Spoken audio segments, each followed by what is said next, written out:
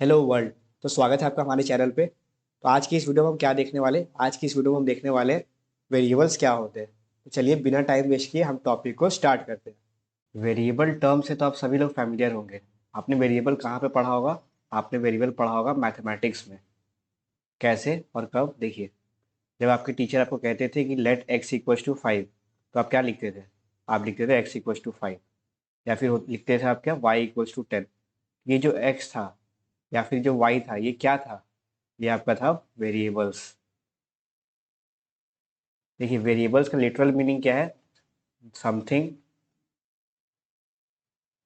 विच varies. इसका मतलब क्या? Something that is not fixed. तो कोई भी ऐसा चीज जो फिक्स नहीं हो, उसे हम क्या कहते हैं? उसे हम कहते हैं वेरिएबल्स। तो जैसे हम मैथ्स में वेरिएबल्स होते थे, जैसे एक्स इक्वल टू 5 था, आप फिर एक्स इक्वल टू 10 भी कर सकते थे, यानी एक्स का वैल्यू कांस्टेंट नहीं था। आप उसको चेंज कर सकते थे। यानी पहले एक्स का वैल्यू क्या था? 5 था।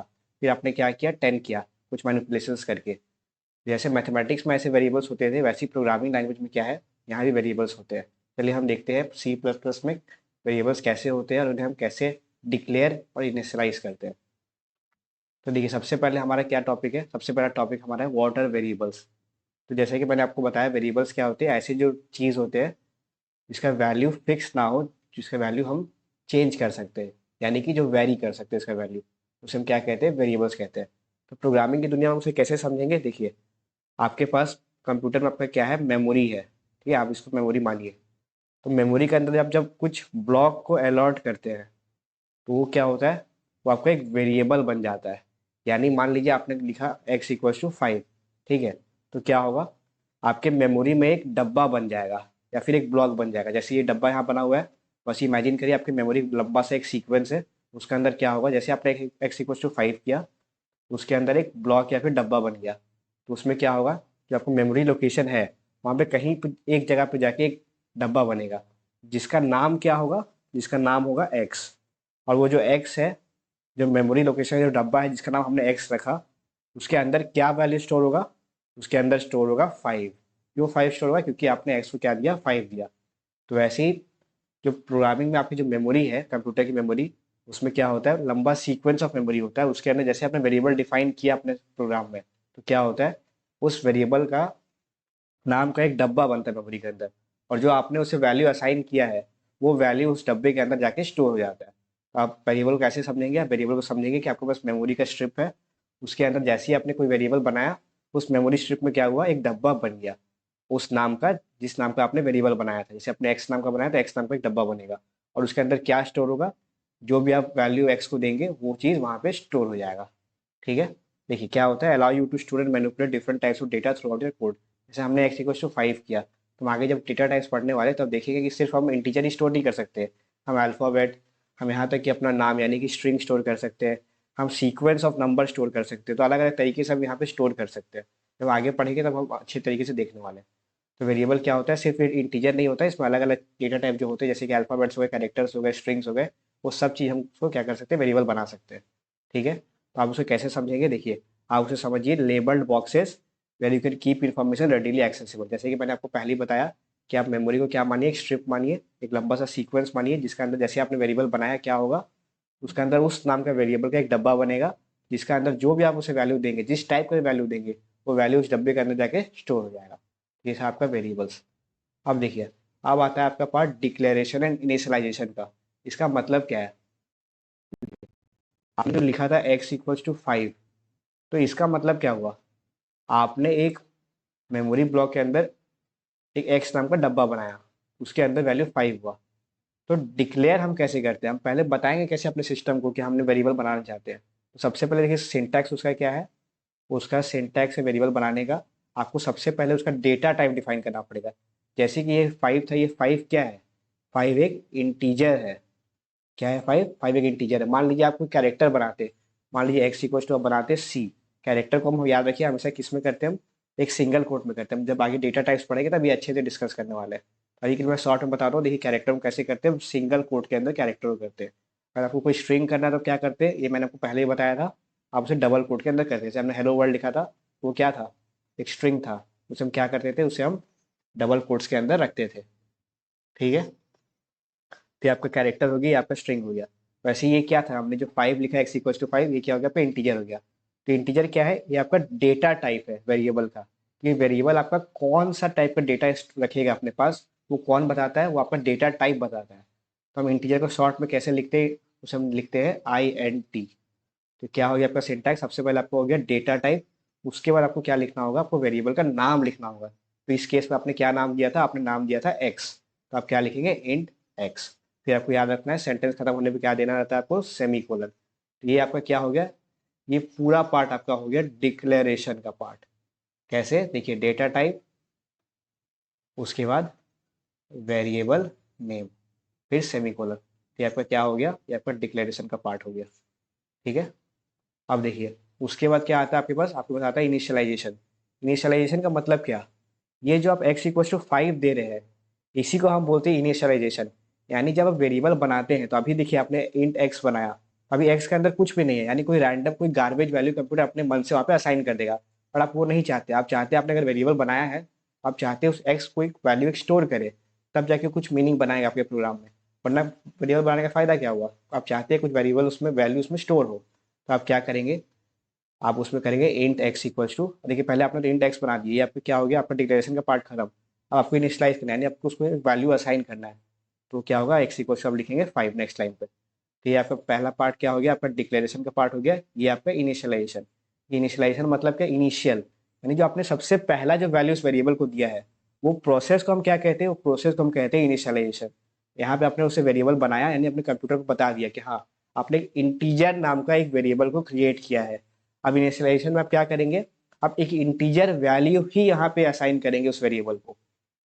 तो इसलिए आपने एक्स इक्वल टू 5 किया। अगर आप वहाँ पे फिर सी कर देंगे, यानी कि आप कैरेक्टर डालेंगे, तो ये क्या होगा, यहाँ पे एरर आएगा। या फिर हेलो वर्ल्ड डालेंगे, एक स्ट्रिंग डालेंगे, यहाँ क्या आएगा, एरर आएगा। क्यों एरर आएगा, क्योंकि आपने कंप्यूटर को पहले बता चुका है, आपने बता दिया है कि ये एक्स जो है एक इंटीजर टाइप का वेरिएबल है, इसलिए आपको यहाँ पे एक इंटीजर वैल्यू को ही एक्स के अंदर स्टोर करना होगा। तो ये दो पार्ट जो आपका था, ये आपका था डिक्लेरेशन एंड इनिशियलाइजेशन का पार्ट। तो चलिए अब हम रेफरेंट पे चलते हैं और देखते हैं कि हम वेरिएबल को कैसे सी प्लस प्लस प्रोग्राम में कैसे उसे डिक्लेयर करते हैं और कैसे उसको हम एक वैल्यू असाइन या इनिशियलाइज करते हैं। तो चलिए अब हम एक नया फाइल बनाते हैं, इसका हम नाम देते हैं क्या, P003.cpp। तो एक हमारा नया C plus plus file ready हो चुका है। सबसे पहले अपना बॉयलर प्लेट कोड है वो लिख लेते हैं, हैश इंक्लूड आईओ स्ट्रीम। फिर नेक्स्ट लाइन में आपको लिखना है using name space standard int main. फिर आपको लास्ट में रिटर्न 0 लिखना है। तो ये आपका हो गया बॉयलर प्लेट कोड। तो मैं उम्मीद करता हूँ अभी तक आपको ये जो बॉयलर प्लेट कोड है ये आपको याद हो चुका होगा। देखिए अभी हमें क्या करना है, अभी हमें एक वेरिएबल को सबसे पहले तो डिक्लेयर करना है। चलिए हम वही जो हमने देखा था अपने स्लाइड में उसे ही हम बनाते हैं। तो हमने वहाँ पे क्या लिखा था, हमने लिखा था इंट एक्स। देखिए तो ये आपका क्या हो गया, हमने इस स्टेप में क्या किया, हमने इस स्टेप में एक एक्स नाम का वेरिएबल, इसका डेटा टाइप क्या है, इंटीजर है, उसको हमने डिक्लेयर कर दिया। अब हम उसमें वैल्यू असाइन करेंगे, यानी उसे हम इनिशियलाइज करेंगे। एक्स में वैल्यू स्टोर करते हैं 10, क्या लिखेंगे, x equals to 10 semicolon. ये क्या हो गया आपका, दोनों स्टेप मिला के पहला स्टेप आपका हो गया डिक्लेरेशन, दूसरा स्टेप क्या हो गया आपका, इनिशियलाइजेशन। तो अगर हमें देखना है कि एक्स का वैल्यू क्या है, तो हम कैसे देख सकते हैं, हम सिंपली करेंगे सी आउट, यहाँ पे हम करेंगे एक्स। तो अब हम इसे वापस क्या करने वाले हैं, इसे हम रन करके देखते हैं। तो जी प्लस प्लस, हम लिखते हैं डैश ओ, हम लिखेंगे ए बी सी, फिर हम लिखेंगे अपना प्रोग्राम का नाम। तो हमारा प्रोग्राम का नाम क्या था, P003.cpp। हमारा प्रोग्राम क्या हो गया, अब यहाँ पे कंपाइल होके आ जाएगा। ठीक है, हमारा प्रोग्राम कंपाइल हो चुका है, यानी कि कोई एरर इसमें नहीं है। अब हम इसे क्या करेंगे, अब इसे हम रन करेंगे। तो रन कैसे करते हैं हम, डॉट फॉरवर्ड स्लैश, हमारा जो आउटपुट फाइल का नाम था यानी कि जो ए बी सी था वो डायरेक्ट एज इट इज़ लिख देंगे। यहाँ पे मैं लिखूंगा ABC, मैं दबाऊंगा एंटर। तो देखिए यहाँ पे क्या आया, आपका 10 आके यहाँ पे स्टोर हो गया। अगर मैं इसे अच्छा फॉर्मेटिंग में लिखना चाहता हूँ तो कैसे लिखूंगा, देखिए मैं ऐसे ऐसे लिख सकता हूँ, मैं दूंगा एक डबल कोट। तो देखिए डबल कोट के अंदर आप क्या लिख सकते हैं, आप स्ट्रिंग लिखते हैं, यानी कि सीक्वेंस ऑफ कैरेक्टर। जैसे हम रियल वर्ल्ड में देखते हैं ना, सेंटेंस होता है, वर्ड्स होता है, वैसे स्ट्रिंग भी क्या होता है, एक सीक्वेंस ऑफ कैरेक्टर, यानी कि वर्ड हो गए, सेंटेंस हो गए।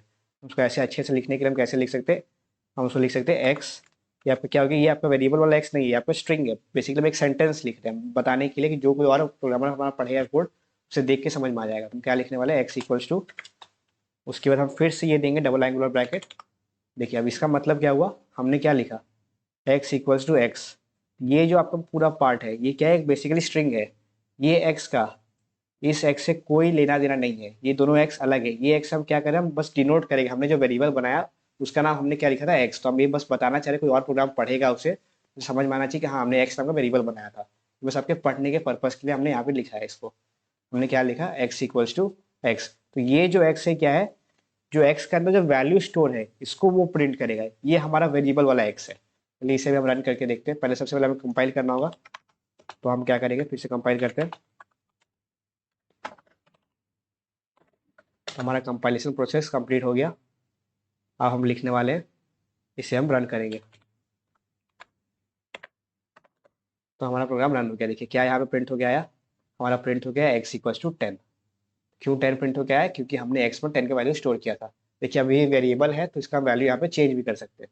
वेरिएबल का वैल्यू हम क्या करने वाले हैं, चलिए इसका वेरिएबल वैल्यू हम चेंज करके 5 करते हैं। देखिए यहाँ पे 5 हो गया। तो इसे फिर से हम कंपाइल कर लेते हैं।